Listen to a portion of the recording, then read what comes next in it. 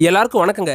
இன்னைக்கு நாம என்ன தகவல் பார்க்க போறோம்னா, பாகிஸ்தான் நாட்டுக்குள்ளார நீண்ட காலமா உள்நாட்டு போரை நடத்திட்டு வர பலுசிஸ்தான் விடுதலை ராணுவம் வந்து பலுசிஸ்தான் மாகாணத்தை ஆகஸ்ட் 11, 2026 தேதியில இருந்து தனி நாடா அறிவிக்கிறோன்னு ஒரு அறிவிப்பை வெளியிட்டு உலக அரங்குல பெரிய பரபரப்பை ஏற்படுத்தியிருக்காங்க. அது சம்பந்தமான தகவல்களையும், அதுக்கப்புறம் பாகிஸ்தான் நாட்டில் ஷெபாஸ் ஷெரீப் அரசாங்கம் கலைக்கப்பட்டு அங்க ராணுவ ஆட்சி அமல்படுத்த போறதா ஒரு தகவல் கிடைச்சிருக்குது. அதை பத்தி இந்த வீடியோவில் நம்ம டீட்டெயில்டா பார்க்கலாங்க. வீடியோக்குள்ள போறதுக்கு முன்னாடி நம்ம சேனலை சப்ஸ்கிரைப் பண்ணிட்டு உள்ள வந்து பாருங்க. பாகிஸ்தான் நாடு கடந்த 15 வருஷத்துக்கு மேல பயங்கரவாதத்துக்கு அதிகமாக முக்கியத்துவம் கொடுத்து அதுக்கான விலையை இப்போ அனுபவிச்சுட்டு வராங்க. அவங்க பயங்கரவாதத்தை அதிகமாக வளர்த்தெடுத்ததே இந்தியாவுக்கு எதிராக செயல்படணுன்றதுக்காக தான். இப்போ அதே பயங்கரவாதம் பாகிஸ்தான் அரசாங்கத்துக்கும் அவங்களோட ராணுவத்துக்கு எதிராக திரும்பி நிற்குது. பாகிஸ்தான் நாட்டில் மொத்தமே 4 மாகாணம் தாங்க இருக்குது. பஞ்சாப், சிந்து, கைபர் பக்துன்வா, அதுக்கப்புறம் பலுசிஸ்தான். இதையும் தாண்டி இந்தியா கிட்ட இருந்து ஆக்கிரமிச்சு வச்சிருக்கிற பாகிஸ்தான் ஆக்குபைடு காஷ்மீரையும் தனி நிர்வாகமா அவங்க ஆட்சி நடத்திட்டு வராங்க. நீண்ட காலமா பயங்கரவாதத்துக்கு முக்கியத்துவம் கொடுத்ததுனால பாகிஸ்தான்ல இருக்கிற 4 மாகாணமும் இப்ப நிம்மதி அடைந்து கிடக்குதுங்க. ஒரு பக்கம் பாகிஸ்தான் ராணுவத்துக்கு சொந்தமான தலைமையகத்தை குறி வச்சுலாம் ஆப்கானிஸ்தான்ல இருந்து செயல்படுற தெஹ்ரிக் பாகிஸ்தான் தாலிபான் தாக்குதல் நடத்துறாங்க. இன்னொரு பக்கம் பல வருஷமா அமைதியா இருந்த பாகிஸ்தான் ஆக்குபைடு காஷ்மீர்ல வாழற மக்களும் பாகிஸ்தான் அரசாங்கத்துக்கு எதிராக இப்ப வீதியில இறங்கி போராட்டம் நடத்திட்டு இருக்காங்க. இந்த 2 இடங்கள் மட்டும் பஞ்சாப், சிந்து மாகாணங்களையும் பாகிஸ்தான் அரசாங்கத்துக்கு எதிரான போராட்டங்கள் அதிகமா நடந்துட்டு தான் வருது. இது மட்டும் இல்லாம அப்பப்ப அங்க நடக்கிற பயங்கரவாத தாக்குதல் சம்பவமும் பாகிஸ்தான் அரசாங்கத்துக்கு பெரிய தலைவலி கொடுத்துட்டு இருக்குது. இதெல்லாம் வச்சு பார்க்கும்போது நம்மளுக்கு தோன்றது என்னன்னா, தீவிரவாதத்தை வளர்த்தெடுக்கிற எந்த நாடும் உருப்படவே மாட்டாங்க. அதுக்கான ஒரு வெளிப்படையான சான்றா தான் இன்னைக்கு பாகிஸ்தான் மாறி நிற்கிறாங்க. ஃப்ரெண்ட்ஸ், இப்படி 4 மாகாணங்களையும் பல பிரச்சனைகளை சிக்கி தவிச்சு வர பாகிஸ்தானுக்கு மிகப்பெரிய அதிர்ச்சி கொடுக்கிற விதமா பாகிஸ்தானோட பலுசிஸ்தான் மாகாணத்தில் செயல்பட்டு வர பலுசிஸ்தான் விடுதலை ராணுவத்தோட தலைவர்கள் ஒருத்தரா இருக்கிற மிரியார் பலூச் ஒரு விஷயத்தை அறிவிச்சிருக்காருங்க. அவர் தரப்புல அறிவிச்ச விஷயங்கள் பாகிஸ்தான் அரசாங்கத்தோட அஸ்திவாரத்தையே ஆட்டங்காண வச்சிருக்குதுன்னு சொல்லலாம். அவர் அப்படி என்ன சொன்னாருன்றத நான் ஒவ்வொன்றா சொல்றேன். பாகிஸ்தானோட ஒரு அங்கமா சொல்லப்படுற பலுசிஸ்தான் மாகாணம் எந்த காலத்திலையும் பாகிஸ்தானோட ஒரு அங்கமாக முடியாது. பாகிஸ்தான் அரசாங்கத்தை வழி நடத்தினவங்க வலுக்கட்டாயமா தான் பலுசிஸ்தான் மாகாணத்தை அவங்களோட இணைச்சாங்க. மக்களோட விருப்பம் இல்லாம ராணுவத்தை பயன்படுத்தி இணைக்கப்பட்ட பலுசிஸ்தான் மாகாணத்துல என்னென்ன வளங்கள் இருக்குதோ அதை எப்படி கொள்ளடிக்கலான்றத பத்தி தான் பாகிஸ்தான் அரசாங்கமும் ராணுவமும் திட்டம் போட்டு செயல்பட்டு வராங்க. இதுக்கு மேலே எங்களால் அமைதியாக இருக்க முடியாதுன்னு பேசியிருக்கிற மிரியார் பலூச் பலுசிஸ்தான் மாகாணம் தனி நாடாக போறத அறிவிச்சிருக்காருங்க. ஆகஸ்ட் 11, 2026 தேதியில இருந்து பலுசிஸ்தான் மாகாணம் தனி நாடா செயல்பட போது.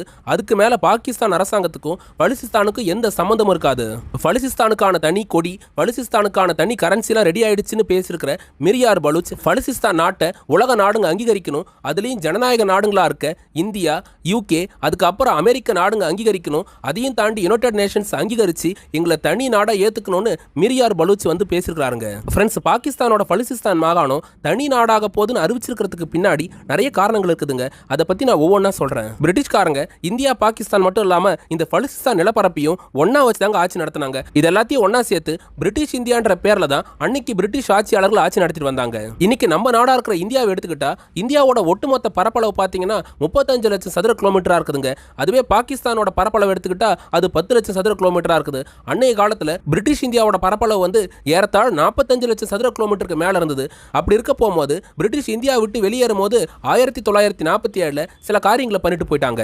ஒன்னா இருந்த இந்த பிரிட்டிஷ் இந்தியாவை 2 பகுதியா பிரிச்சு ஒன்னு பாகிஸ்தானாகவும் இன்னொன்னு இந்தியாவை பிரிச்சு கொடுக்கப்பட்டது. பிரிட்டிஷ்காரங்க ஆகஸ்ட் 15, 1947 அன்னைக்கு இந்தியாவுக்கு சுதந்திரம் கொடுத்தாங்க.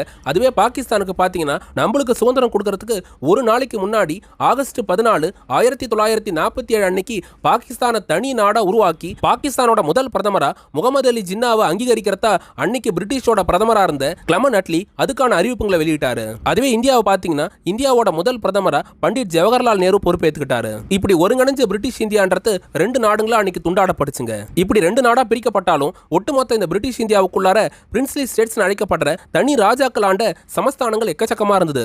இந்த சமஸ்தானங்களை பாகிஸ்தான், இந்தியா நாடுங்க தனித்தனியா பேச்சுவார்த்தை நடத்தி அவங்களோட இணைச்சிட்டு வந்தாங்க. அந்த டைம் இந்த பிரிட்டிஷ் இந்தியாவில் ஒரு பக்கம் ஈரான், இன்னொரு பக்கம் ஆப்கானிஸ்தானோட ஒட்டி அமைஞ்ச ஒரு நிலப்பகுதி ஒன்று இருந்ததுங்க. அது பேர் காலாட் சமஸ்தானம் சொல்லுவாங்க. அந்த காலாட் சமஸ்தானத்தோட கடைசி மன்னரா இருந்தவர் தான் மிர் அகமது யார்கான்ன்றவர். அந்த காலாட் சமஸ்தானம் வந்து ஒரு பக்கம் ஈரான், ஆப்கானிஸ்தானோட பார்டர் ஷேர் பண்ணிட்டு இருந்தாலும் இன்னொரு பக்கம் பிரிட்டிஷ் இந்தியாவோட பஞ்சாப் மாகாணத்தோட தன்னோட பார்டர் ஷேர் பண்ணிட்டு இருந்தது. இப்போ நான் சொல்ல வரது உங்களுக்கு ஓரளவு புரிஞ்சிருக்குங்க. இந்த காலாட் சமஸ்தானம் தான் இன்னைக்கு பாகிஸ்தான் கிட்ட இருந்து தனி நாடா நாங்க மாறிட்டோம்னு அறிவிச்சிருக்கிற பலுசிஸ்தான் மாகாணமா இருக்குது. அன்னைய காலத்துல பிரிட்டிஷ்காரங்க இந்தியா விட்டு வெளியே போறதுக்கு முன்னாடி பாகிஸ்தான் இந்தியாவுக்கான பலுசிஸ்தான சுதந்திரம் கொடுக்கிற வேலையெல்லாம் பார்த்தது அப்போதைய இந்தியாவோட கவர்னர் ஜெனரலா செயல்பட்ட லார்டு மவுண்ட் பேட்டன் தாங்க. லார்டு மவுண்ட் பேட்டன் வந்து இந்தியா பாகிஸ்தான் நாடுகளுக்கு சுதந்திரத்தை கொடுக்கறதுக்கு முன்னாடியே இந்த காலாட் சமஸ்தானத்துக்கு முன்கூட்டியே சுதந்திரத்தை கொடுத்திருந்தாரு. இன்னைக்கு பலுசிஸ்தான் விடுதலை ராணுவத்தோட லீடரா இருக்கிற மிர்யார் பலூச் வந்து ஆகஸ்ட் 11ஆம் தேதியை குறிப்பிட்டு சொல்லியிருந்தாரு.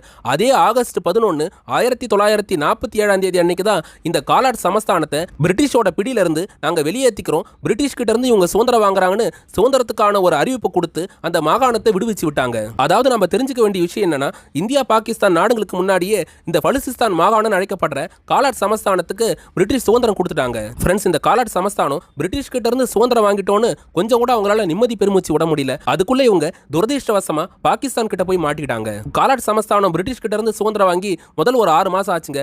அப்ப அவங்களோட கடைசி மன்னரா இருந்த மீர் அகமது யார்கான் வந்து இந்தியாவோட ஃபர்ஸ்ட் பிரைம் மினிஸ்டரா இருந்த ஜவஹர்லால் நேரு கிட்ட ஒரு விஷயத்தை கேட்டிருந்தாரு. இந்தியா வந்து தன்னோட நிலப்பரப்புக்குள்ளார பிரின்ஸ்லி ஸ்டேட்டா இருந்த நிறைய சமஸ்தானங்களை தன்னோட இணைச்சிட்டு வர்றது உங்களுக்கு தெரியுது. பலுசிஸ்தான் மக்கள் இந்தியாவோட இணைஞ்சு செயல்பட விரும்புறாங்க, நீங்க சம்மதிச்சீங்கன்னா பலுசிஸ்தான் மாகாணத்தை இந்தியாவோட இணைக்கிறதுக்கு நான் சம்மதிக்கிறேன்னு பலுசிஸ்தானோட கடைசி மன்னரா இருந்த மீர் அகமது யார்கான் வந்து ஜவஹர்லால் நேரு கிட்ட கேட்டதா சொல்லப்படுதுங்க. ஆனா அன்னி ஜியோ பொலிட்டிக்கல் சிச்சுவேஷன்ல இந்தியா இந்த விவகாரத்தை எப்படி பார்த்தாங்கன்னா, பலுசிஸ்தான் வந்து நிலப்பரப்பு ரீதியா பாகிஸ்தானுக்கு அந்தாண்ட பகுதியில் அமைஞ்சிருக்கிறதுனால நம்மளால நிர்வாகம் பண்ண முடியாது, அடிக்கடி பாகிஸ்தானோட இந்தியாவுக்கு சண்டை ஏற்படுறதுக்கான வாய்ப்புங்க அதிகமா இருக்கிறதுனால பலுசிஸ்தான் தனி நாடா சுதந்திரமாவே செயல்படுத்தணும்னு அப்போதைய நேரு தலைமையிலான அரசாங்கம் நினைச்சாங்க. இந்தியா எப்பவுமே மற்ற நாடுகளோட நிலப்பகுதியை ஆக்கிரமிக்கணும், நாடு பிடிக்கணும்ன்ற எண்ணத்தோட இருக்கிற நாடு கிடையாதுங்க. அதனாலதான் பலுசிஸ்தான் மாகாணம் கேட்டுமே இந்தியா பலுசிஸ்தானை இணைச்சிக்க விரும்பல. பலுசிஸ்தான் நிலப்பகுதி தனி நாடா செயல்படட்டும், அவங்களோட டிப்ளமேட்டிக் ரிலேஷன் அதுக்கப்புறம் ட்ரேட் ரிலேஷனை வச்சுக்கலான்னு தான் இந்தியா அப்ப நினைச்சாங்க. மற்றபடி இந்தியாவுக்கு அப்ப நாடு பிடிக்கிற ஆசை இருந்திருந்ததுன்னா பலுசிஸ்தானோட கடைசி மன்னரா இருந்த மிர் அகமது யார்கான் இந்தியா கிட்ட கேட்டப்பயே பலுசிஸ்தானோட ஒரு ஒப்பந்தத்தை போட்டு பலுசிஸ்தான் மாகாணத்தை இந்தியாவோட ஒரு ஸ்டேட்டா அப்ப இணைச்சிருந்திருப்பாங்க. ஆனா அதுக்கப்புறம் அடுத்த ஒரு வருஷத்துக்குள்ளார நடந்த சம்பவங்கள் பலுசிஸ்தான் நிலப்பகுதியை இந்தியாவோட இணைச்சிருக்கலாம்னு நினைக்க தோணுதுங்க. அந்த அளவுக்கு பாகிஸ்தான் பலுசிஸ்தானை கட்டாயமா அவங்களோட இணைச்சுக்கிட்டாங்க. இந்தியாவோட இந்த பேச்சுவார்த்தைகள் முடிஞ்சதுக்கு அப்புறம் 1948 தொடங்குச்சுங்க. இந்த வருஷத்துல முதல் 2 மாசம் அமைதியா இருந்த பாகிஸ்தான் அரசாங்கமும் அந்த நாட்டோட ராணுவமும் மார்ச் மாச தொடக்கத்துல இருந்து பலுசிஸ்தானுக்கு அழுத்தம் கொடுக்க ஆரம்பிச்சாங்க. பலுசிஸ்தான் மன்னர் மீர் அகமது யார்கானை வலுக்கட்டாயமா கடத்திட்டு போன பாகிஸ்தான் ராணுவம் அவரை இஸ்லாமாபாத்துக்கு கொண்டு போனாங்க. அங்க துப்பாக்கி முனையில் அவரை மிரட்டி ஒரு ஒப்பந்தத்திலேயே அவங்க கையெழுத்து வாங்கினாங்க. அப்படி மார்ச் 27 1948 அன்னைக்கு பாகிஸ்தான் அரசாங்கத்தால பலுசிஸ்தான் மன்னர்கிட்ட ஒரு ஒப்பந்தம் போடப்பட்டுச்சுங்க. உயிருக்கு பயந்து அவர் போட்டு கொடுத்த ஒப்பந்தத்தை வச்சுதான் பலுசிஸ்தான் எங்களோட மாகாணம்னு இன்னைக்கும் பாகிஸ்தான் அரசாங்கம் சொல்லிட்டு இருக்காங்க. இப்படி வலுக்கட்டாயமா பலுசிஸ்தானை தன்னோட இணைச்சுக்கிட்ட பாகிஸ்தான் அன்னைக்கு ஐநா சபை, பிரிட்டன், அமெரிக்கா நாடுகளை எப்படியே பேசி சமாதானப்படுத்தி பலுசிஸ்தான் நிலப்பகுதியை தன்னோட ஒரு மாகாணமா அவங்க மாத்திக்கிட்டாங்க. இப்படி மக்கள் விருப்பம் இல்லாம பலுசிஸ்தான் நிலப்பரப்பை பாகிஸ்தான் தன்னோட இணைச்சுக்கிட்டதை பலுசிஸ்தான் மக்கள் விரும்பலங்க.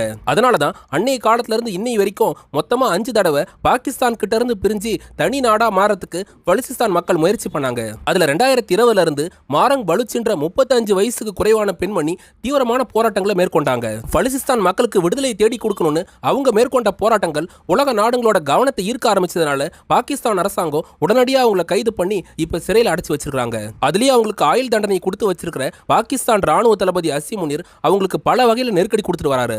இப்படி அங்க மக்களுக்கு எதிரான அடக்குமுறைகளை பார்க்கும்போது பலுசிஸ்தான் மன்னர் நினைச்ச மாதிரி அந்த நிலப்பகுதியை அன்னை காலத்துல இந்தியாவோட இணைச்சிருக்கலான்னு தான் நம்மளுக்கு நினைக்க தோணுதுங்க.